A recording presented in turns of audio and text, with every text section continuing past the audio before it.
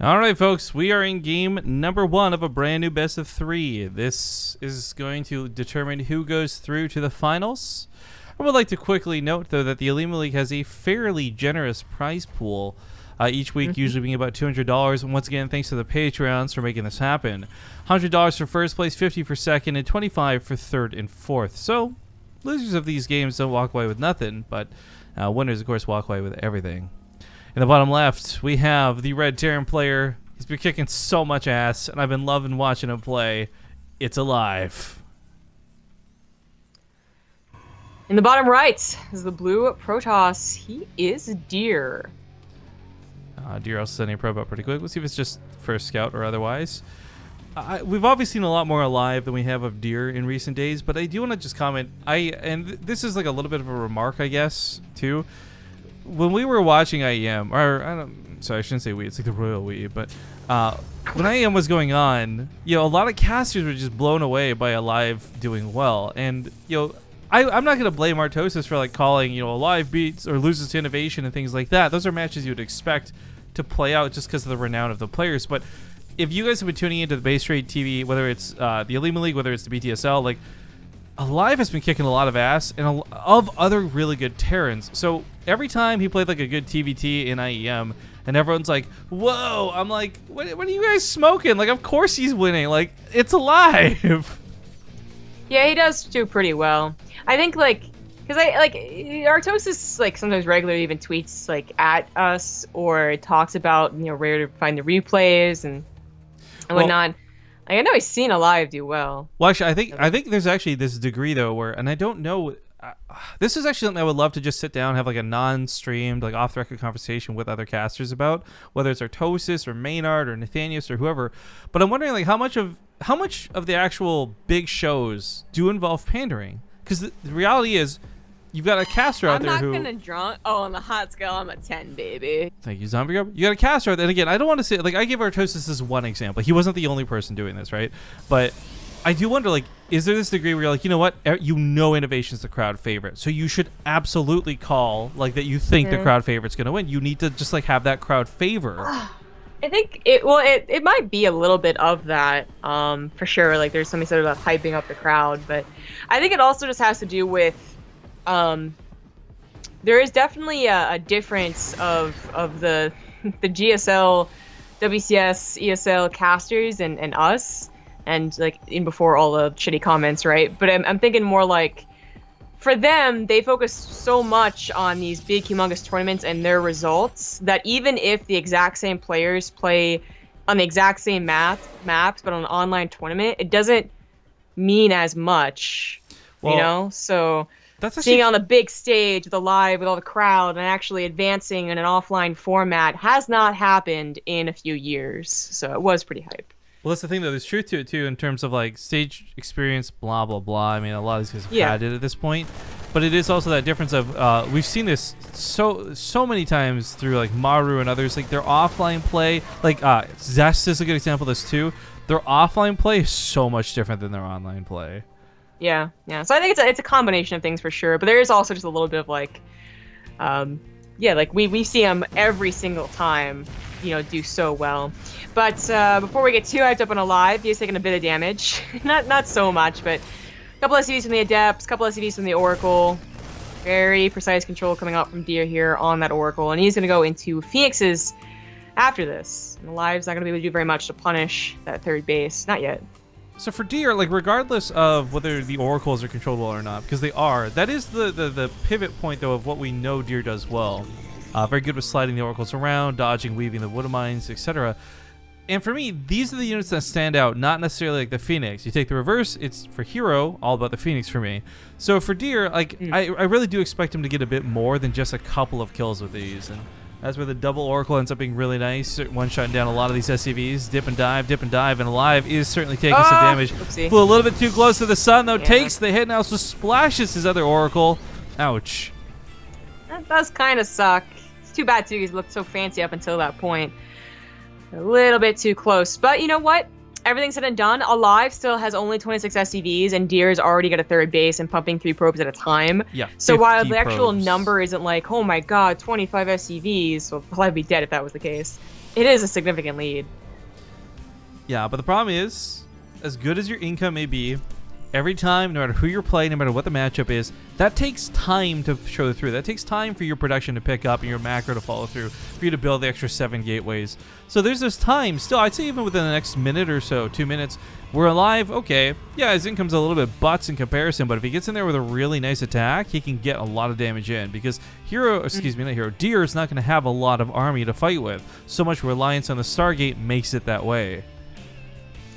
Yeah, but it's like already getting so close to the overwhelming gateway count. It's quite scary. Like aLive, not only did his Widowmine not cover the base like he thought it would, his Widowmines have also not had any offensive properties. So it's really just him in the dark, not able to do anything, waiting for his upgrades, and looking, well, pretty bad.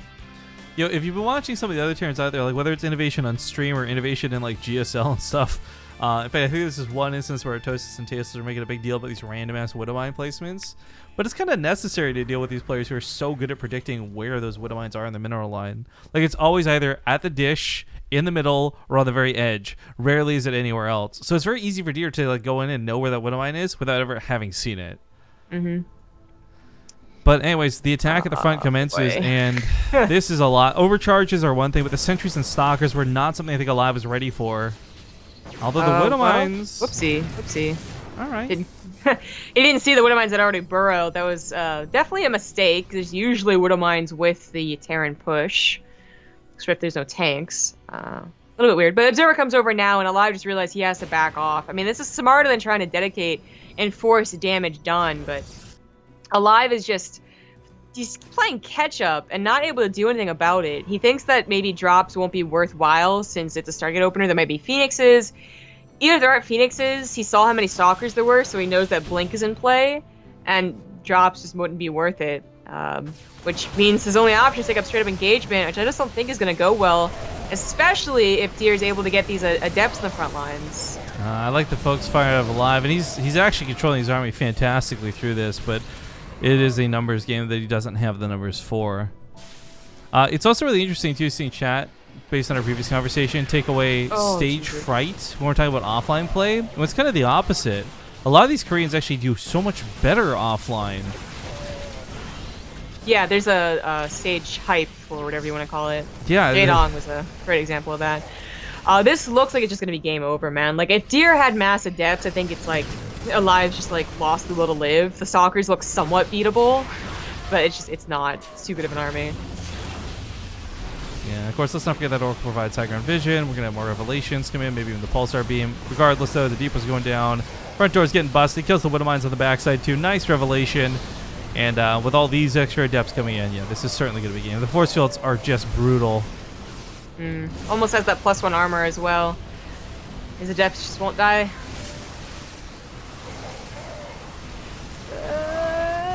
This is the last hurrah. GG. Big old text for Deer.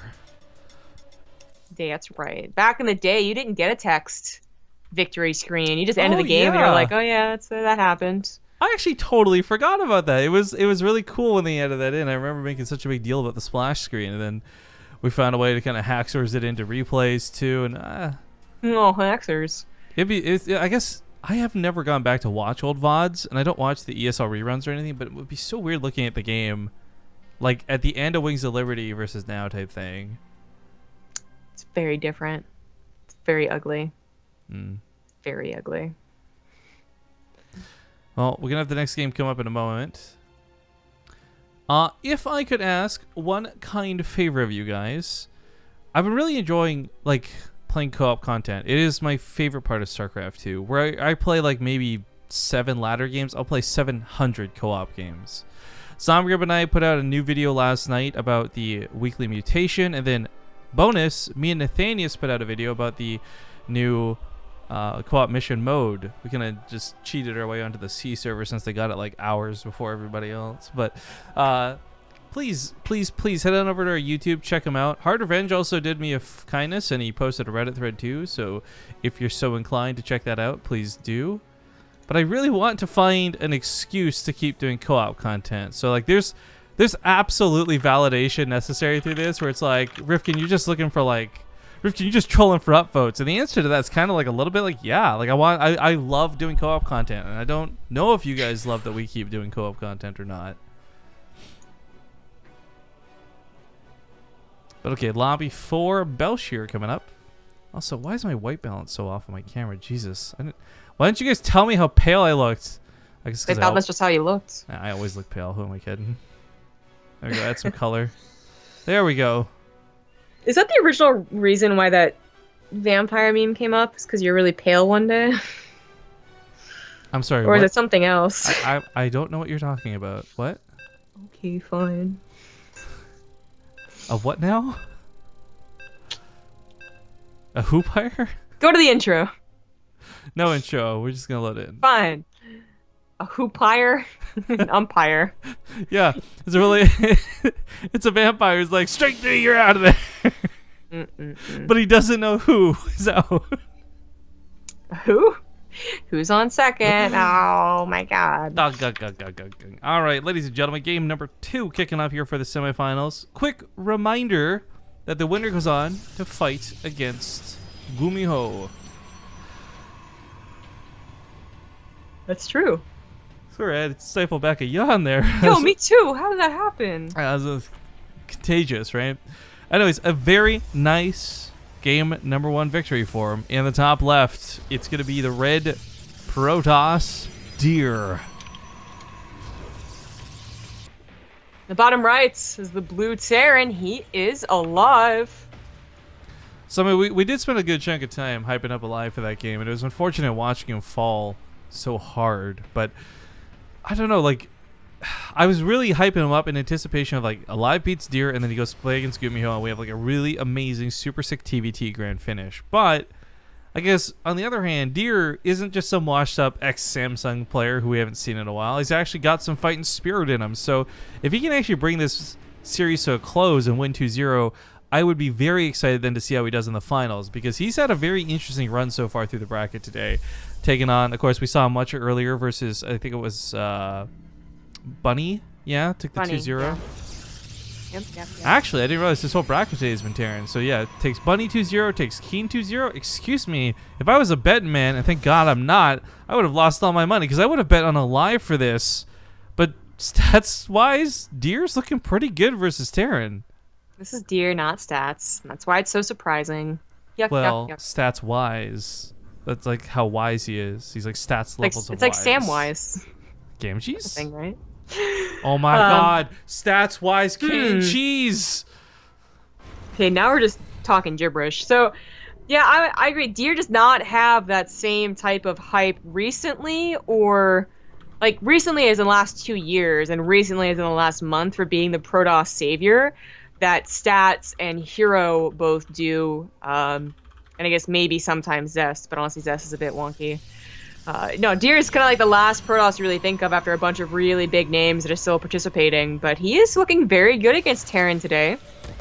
Don't know what the secret is. Maybe just good control of the early game, the mid game with that Oracle opener, which he's looking to do again. aLive, again, did not take like 20 SCVs worth of damage while I was even in the game type deal, but damage that he took... Sorry, I couldn't hear you. There's some Koreans yelling really loudly. Yeah, the damage that he took was still enough to make his rest of the game lackluster, and aLive's got to, well, fix the early game.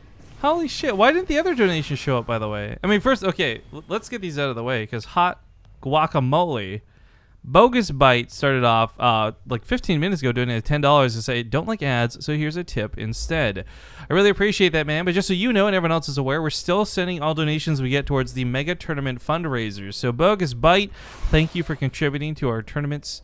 And Riomar just now with $50. Classic Riomar with a high... $50 is still a lot of money, though, guys. So if you see Riomar in chat, you know, he's been going through some rough times. He's been super sick in real life. Give him some love. Give him some hearts. Please, please, please, guys in chat, give Riomar some hearts. You sounded a little too hype when he said that, so it made it sound like he's like a super sick person, and he's just awesome. Guys, Riomar's dying, and turns out that only upvotes and hearts can save him. So get on Facebook, give us likes, get on Reddit, I just rolled do my upvotes. eyes. I hope you're feeling better, Riamar. One upvote equals one prayer. Pray for Riamar, guys. Oh, I'm doing like a masterpiece Lowe's Lemon eye roll right now.